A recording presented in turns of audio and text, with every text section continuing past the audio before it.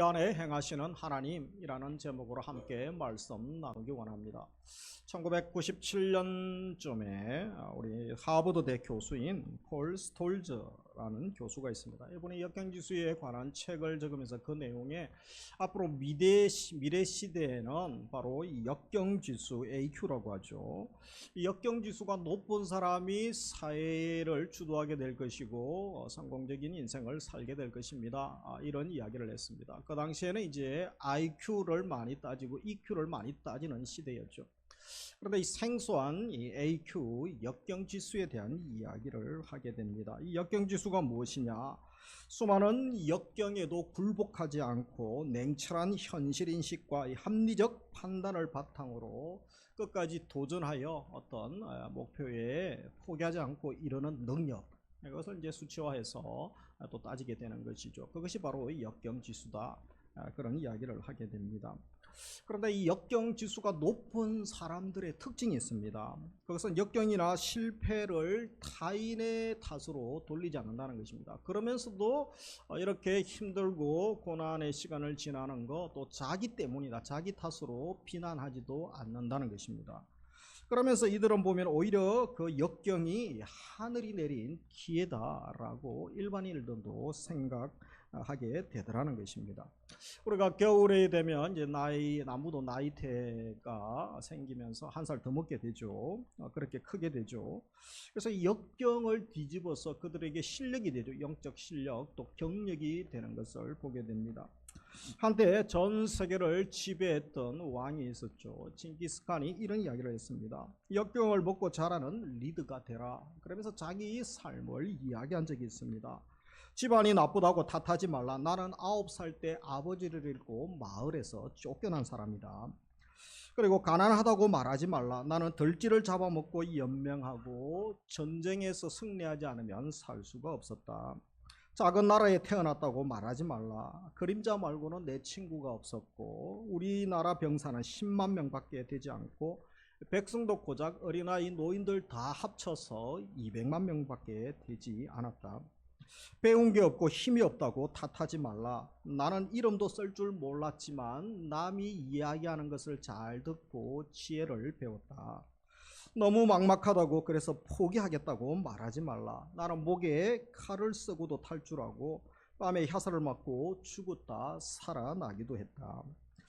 저건 밖에 있는 것이 아니라 바로 내 안에 있는 것인데 내 안에 적과 싸워 이겼을 때 나는 드디어 징기스칸이 되었다. 그 이야기를 했습니다. 이 불신자인데도 이 보통 사람이 아닌 것 보죠. 그래서 뭐 전 세계를 한번 또 지배했던 그런 또 왕 아닙니까? 비바람과 눈보라 맞고 자란 이 들풀, 온실 속에 자란 화초와는 그 생명력은 비교가 되지 않습니다.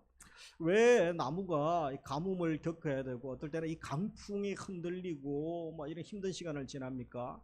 그러나 그것들을 통하여 그는 모르지만 뿌리가 더 깊게 내려간다는 놀라운 신비가 있는 것이죠.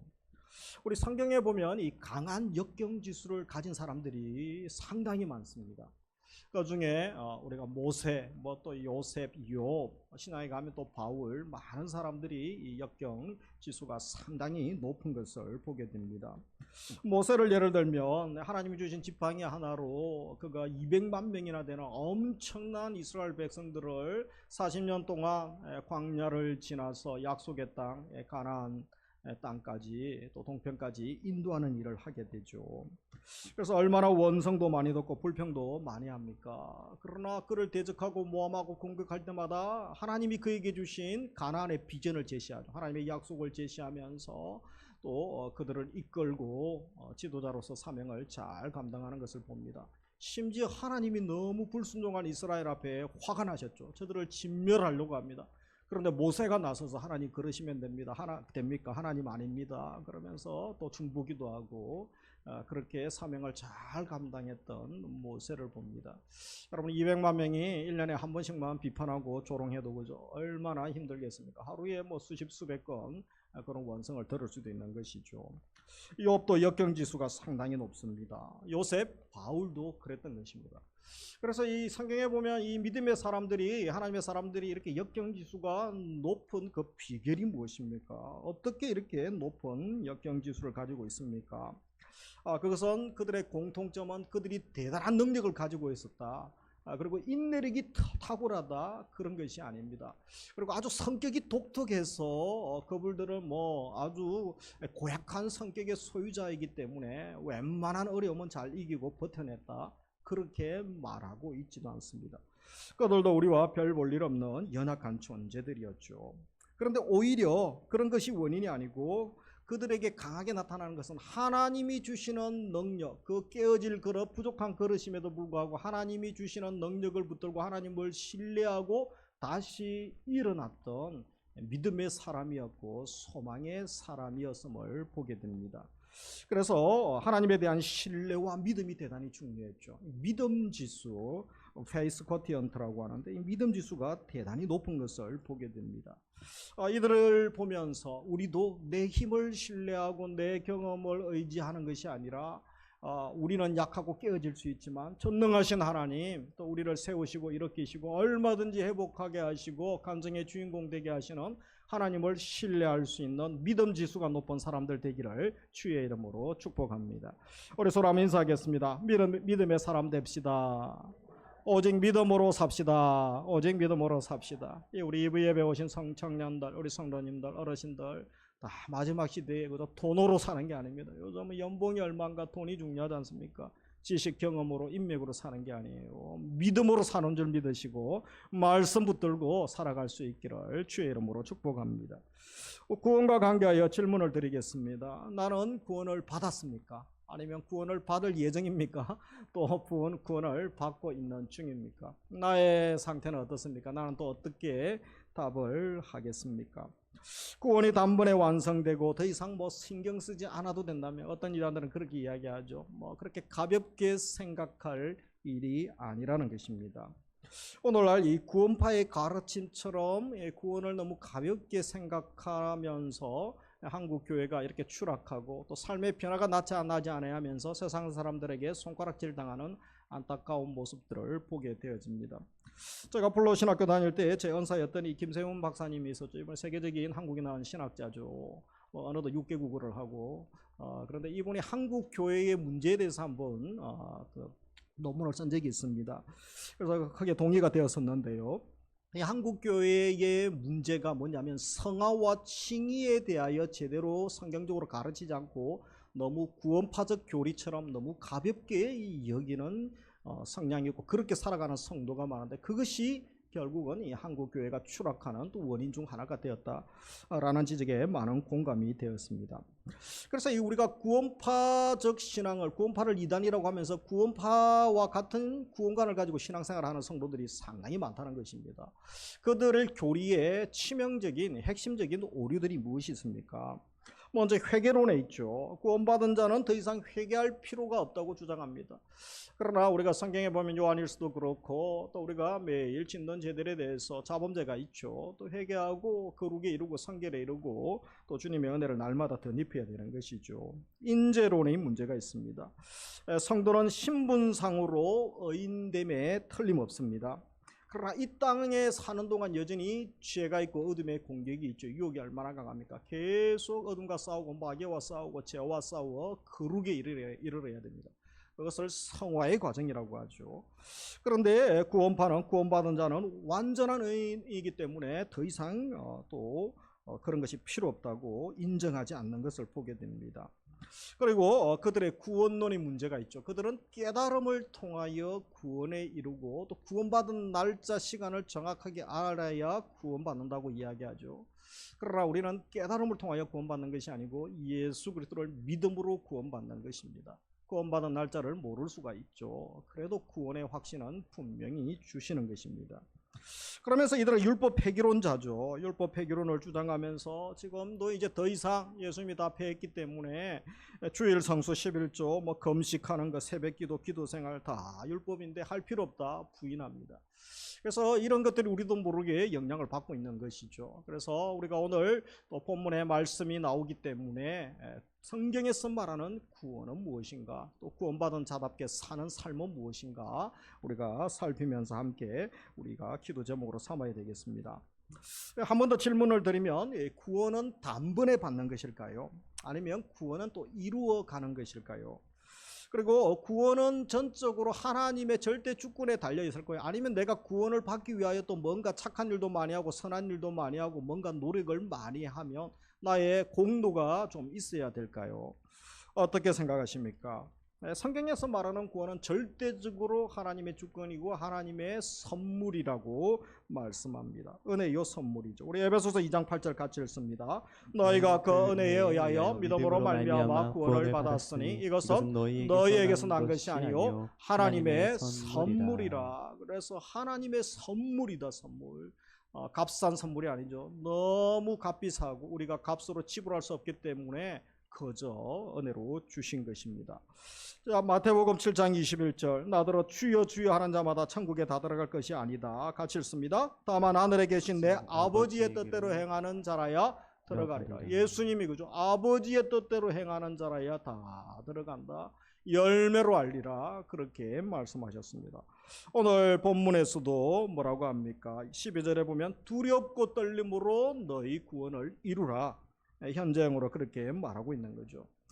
구원의 3단계가 있습니다. 3대 구원이 있죠. 우리가 이해할 것은 과거적 구원, 현재적 구원, 미래적 구원. 이것을 종합적으로 전체적으로 이해할 수 있어야 한다는 것입니다. 우리가 과거적 구원은 무엇이라고 합니까? 이 죄의 형벌로부터 구원받는 거죠. 죄의 삭은 사망이 선포된 거죠. 이것으로부터 구원받는 거죠. 그래서 제사함 구속을 받는 것입니다. 이것을 신학적으로는 이제 칭의라고 하죠. 대단히 중요한 거죠. 칭의. 예수님 믿음으로 제사함 받고 하나님 자녀되고 영생을 선물로 받는 거죠. 그리고 현재적 구원이라고 있습니다. 이것은 죄의 세력과 싸우는 거죠. 죄의 세력과 싸워 승리하는 것입니다. 오늘 본문 12절에 보면 두렵고 떨림으로 너희 구원을 이루라. 현재 지금 싸워서 또 이루어 가야 되는 거죠. 이것을 성화라고 합니다. 가장 시간이 많이 걸리고 평생 해야 되는 게 뭡니까? 현재적 구원입니다. 성화의 과정은 평생 하는 것이죠. 그리고 미래적 구원이 있습니다. 이것은 죄의 존재 자체가 사라집니다. 죄의 존재로부터 구원. 이것은 신학적으로 영화의 단계에 이른다라고 합니다. 계시록 20장에 가면 여러분 마귀가 드디어 마귀와 추종자들이 다 불못에 빠질 때가 오죠. 그리고 죽음, 사망이 얼마나 두렵습니까? 그것조차도 다 불못에 집어넣습니다. 더 이상 사망도 없어지는 때가 오죠. 그 모든 것들이 다 유황불에 던져지는 때가 옵니다. 그래서 이 과거적 구원, 미래적 구원은 단순간에 일어나, 단순간에. 그러나 시간이 가장 많이 걸리고 우리가 이 땅에 이미와 아직 사이에 살고 있다 그러죠. 근데 이 땅에서 가장 집중하고 시간과 에너지를 많이 들이고 관심 가져야 될 거 바로 성화의 삶이라고 할 수 있는 것입니다. 그래서 우리 12절 무엇이라고 합니까? 같이 읽습니다. 그러므로 나의 사랑하는 자들아 너희가 나 있을 때뿐 아니라 더욱 지금 나 없을 때에도 항상 복종하여 두렵고 떨림으로 너희 구원을 이루라. 그래서 항상 복종하여 두렵고 떨림으로 너희 구원을 이루라. 그렇게 말씀하는 거죠. 그래서 이 두렵고 떨림으로 구원을 이루라는 것, 이것은 구원이 예수님이 십자가에서 완성하신 이 구원이 부족하기 때문에 너가 조금 더 할 것이 있다. 부족한 남은 구원을 이룰 일이 있다. 너의 공로와 너의 또 노력들이 필요하다. 그런 메시지는 아니라는 것입니다. 이것은 하나님의 크신 은혜 앞에 이제 구원받고 은혜 받은 자로서 합당한 삶을 살라. 그 말씀인 것이죠. 그래서 이 말씀은 하나님 앞에 우리가 순종함으로 그리고 그리스도의 장성한 분량에 이르는 것이고 영적 성숙을 계속하여 살아가는 것, 복음이 복음되게 하고 하나님의 하나님 되게 하는 것이죠. 그래서 구원을 이루기 위하여 우리 생활의 구체적인 이 면들의 또 실천과 변화들이 필요합니다. 12절에 나와 있는 것처럼 두렵고 떨림으로 하나님을 경외하는 삶이죠. 하나님에 대한 얼마나 그 경외감이 있습니까? 선한 긍정적인 두려움 또 경외감이 있습니까? 항상 복종하여 믿음을 실천하고 순종하는 삶을 말하는 것이죠. 그리고 그리스도의 사랑을 우리 삶의 현장에 믿음으로 나타내는 그 삶을 우리가 살아갈 수 있게 되는 것입니다. 그러므로 복음에 합당한 삶을 살라, 예수님의 제자롭고 제자답게 또 기뻐하시는 삶을 살라라는 의미인 것입니다. 바울이 이렇게 말하는 이유가 무엇입니까? 사실 구원의 기쁨과 감격이 또 첫사랑이 있는 분들이 있죠. 그러나 지금 또 있는 분이 있고 아예 사라져버리고 그저 뭐 어쩔 수 없이 종교 행위처럼 또 신앙생활 하는 분이 있을 수도 있을 것입니다. 지금 그의 교회들을 보면 바울이 그런 마음이 든 거죠. 그래서 구원의 감격과 은혜를 다 잊어버렸습니다. 감동이 없습니다. 희생이 없고 헌신도 없고 섬기려는 마음도 없고, 그래서 그런 교회와 성도들을 보면서 이들이 구원이 제대로 된 것인가, 정말 구원받은 사람들인가, 그렇게 의심이 들기 시작하는 것입니다. 그래서 로마 교회 같은 경우는 뭡니까? 다시 복음을 들어야 하기 때문에 바울이 로마서를 보내면서 다시 생각나게 하려고, 그래서 다시 복음을 전하는 모습을 보게 되죠. 고린도 교회는 얼마나 심각한 사회적인 문제가 많았습니까? 분쟁과 또 은사 문제, 이혼, 엄남 문제, 사회법에 소송하는 문제들 때문에 골치가 아픕니다. 저들이 구원받은 사람들 맞는가? 삶의 열매가 그렇지 않은 것이죠. 그리고 에베소 교회는 교회가 무엇인지, 하나됨이 무엇인지 다시 들어야 했던 교회였습니다. 골로새 교회, 철학과 헛된 속임수, 이단의 마음을 뺏기고 다시 그리스도를 붙들어야 되는 그런 교회 성도들이었습니다. 그리고 데살로니가 교회는 게으르고 불결하고 또 종말에 대한 잘못된 생각들 때문에 지금 방황하고 있는 것이죠. 그래서 다시 또 하나님의 복음, 생명의 복음을 들어야 했던 교회였습니다. 그런데 초대교회, 이런 교회들만이 바울이 걱정하고 또 염려했던 교회들의 모습일까요? 우리는 완전하고 우리는 온전하다고 할 수 있겠습니까? 우리는 그들보다, 바울이 염려했던 것보다 더 걱정스럽고 의심스러울 수도 있는 것입니다. 오늘날 우리도 여전히 하나님의 은혜로 구원받은 영광스러운 자녀이지만 우리가 신분에 걸맞는 삶을 살고 있는가 물어봐야 됩니다. 우리가 세상의 빛과 소금을 감당하고 교회에서도 온전한 복음이 선포되고 있는가, 또 말씀이 제대로 집행되고 절거히 헌신하고 순종하고 있는가, 그것을 물어봐야 되는 것입니다. 결국 우리에게 던지는 메시지인 것이죠. 우리가 자녀된 신분에 걸맞지 않게 살고 있다면 여전히 우리도 권면을 들어야 되고 책망을 들어야 되고, 또 주님의 성숙된 자녀로 더 성숙되고 변화되기를 사모해야 될 자들이라는 것입니다. 구원받은 것은 분명하지만 여전히 우리도 온전함에 이루어야 될, 지금 변화되어지고 있고 진행 중에 우리가 계속 다듬어지고 있다는 사실을 인정을 해야 되는 것입니다. 신분적으로 의로워졌지만 성령의 도움이 없이는 이 성화와 의의 열매 맺는 것이 불가능한 것이죠. 절대적으로 성령을 의지하며 믿음으로 나아가야 됩니다. 그래서 우리를 도와주시는 분이 계시죠. 이것을 가능하게 하시는 분이 누구십니까? 우리 13절 같이 읽습니다. 너희 안에서 행하시는 이는 하나님이시니 자기의 기쁘신 뜻을 위하여 너희에게 소원을 두고 행하게 하시나니. 하나님의 뜻을 행할 수 있는 것, 하나님이 힘을 주시는 거죠. 하나님의 마음을 알고 또 뜻을 행할 능력과 은사를 주시는 것입니다. 복종할 마음도 주시죠. 우리가 선을 생각할 수도 없습니다. 선을 행할 능력도 없습니다. 그 정도로 부패하고 완전 타락한 존재들 아닙니까? 전적 무능 상태에 있습니다. 그런 우리에게 하나님께서 은혜를 주시고 힘을 주시고 깨닫게 하시고 지혜를 주시고 믿음을 주실 때에 다시 하나님의 뜻을 이루어 살아갈 수가 있는 것입니다. 그러면서 14절에 보면 모든 일을 원망과 시비가 없게 하라, 그렇게 말씀하죠. 사실 원망과 시비가 우리에게 주는 유익은 무엇입니까? 하나도 없습니다. 백해무익하죠. 담배처럼 그죠. 백해무익한 게 원망과 시비인 것이죠. 원망과 시비는 우리를 피곤하게 하고 우리 영혼을 유익하지 않게 합니다. 그런데 우리 삶의 현장에 보면 원망과 시비가 많이 나타납니다. 예수님 안 믿는 곳에서는 더 많이 나타나지만 믿는 곳에서도, 믿는 사람들이 모였는데도 원망과 시비가 나타나죠. 고린도전서 2장 3장에서는 뭐라고 합니까? 그 이유가 바울은 미성숙함 때문이다. 성숙하지 않는 자들에게 나타나는 것이 분쟁, 또 원망, 시비, 다툼이다 라고 말하죠. 하나님을 원망하는 것, 그것은 하나님에 대한 도전이죠. 하나님을 불신하고 하나님을 무시하는 행위라고 할 수 있습니다. 그래서 이 원망하다라는 단어는 불평, 불만, 궁시렁거리는 것을 말하죠. 이스라엘 백성들이 광야에서 너무 힘들어서 하나님과 모세와 또 하나님을 대적하죠. 그때 했던 원망이 이 원망이라는 것입니다. 그리고 이 시비라는 것은 이 논쟁, 토론을 의미하는 거죠. 과하게 따지고 논쟁하는 것, 시비 걸다, 그런 의미가 있는 것입니다. 그래서 이 원망과 시비의 열매를 맺습니다. 어둠의 열매죠. 원망과 시비를 열매 맺는 사람들이 있죠. 성숙하지 못한 사람들에게 나타나는 특징이라고 할 수 있습니다.